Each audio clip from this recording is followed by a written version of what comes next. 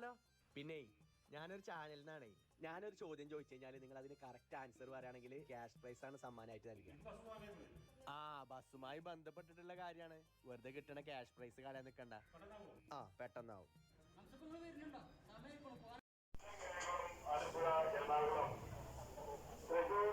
തിങ്ങിനെരുങ്ങി പോകുന്ന ഒരു ബസ്സിലെ യാത്രക്കാർ തമ്മിലുള്ള അകലം എത്ര?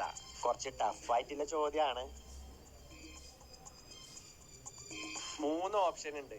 Option A.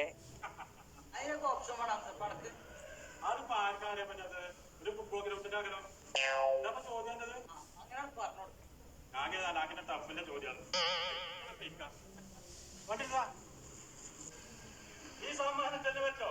അടുത്ത പ്രാവശ്യം വരുമ്പോ നല്ല ചോദ്യം കൊണ്ട് വരുള്ളൂ അല്ലെ?